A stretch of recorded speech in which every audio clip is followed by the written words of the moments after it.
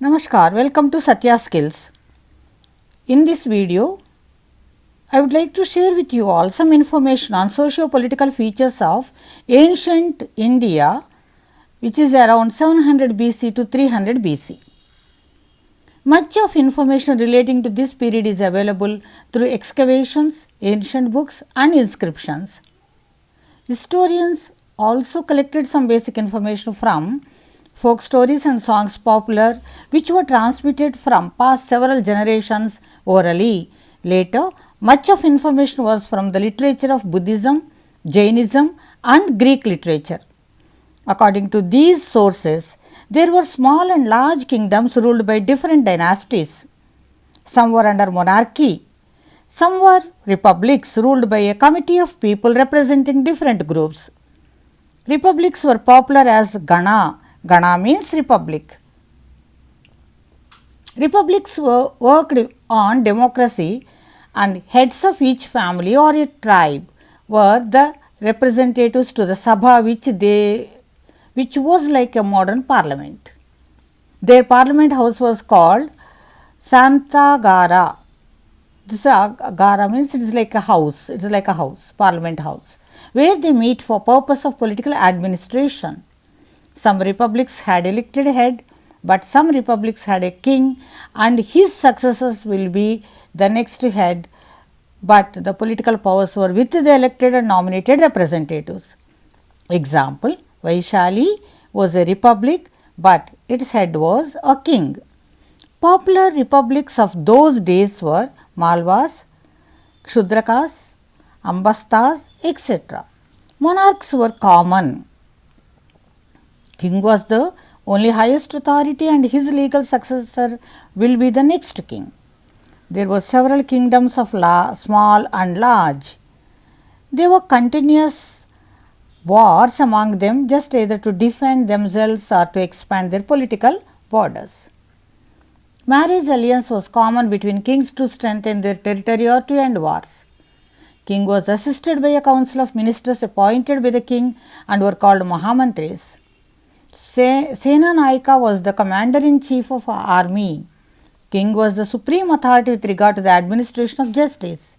He appoints judges in different parts of his kingdom.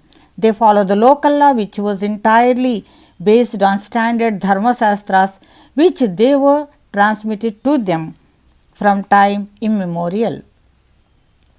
In administration and execution of law and order, several issues were considered such as locality, family, community, etc. They study the case very deep from different dimensions before giving judgments. Authorities in charge of law and justice were referred to as Vyavharikas or Nyayadhikari. Village was the administrative unit from ages in India and it was the base for the entire structure of the country.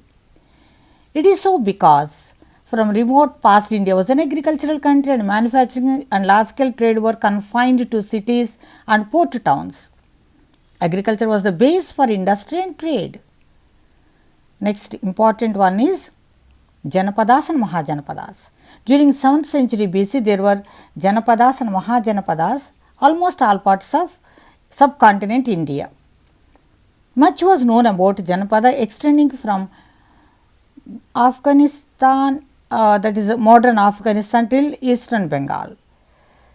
And then also they are well spread. There is a simple way we can say that they are well spread throughout the subcontinent.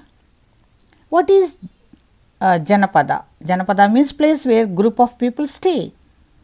Jana means people, Pada means a zone, path or a feet. In this context, they are like kingdoms with a defined political boundary.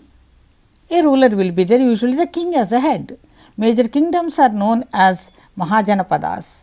Here Maha means big. Small kingdoms were called Janapadas. There were 16 Mahajanapadas and some historians are of opinion that there were 24 Mahajanapadas during 700 to 600 BC.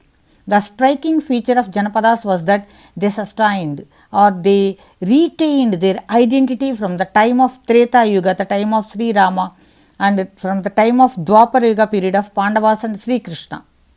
Some of the popular Mahajanapadas were Kasi, Kosala, Kuru, Anga, Magadha, Vatsa, Avanti, Ujjaini, Vaishali, Vatsas, Gandhara, Kamboji, Chedi, Malla, Matsya, Sursena, etc.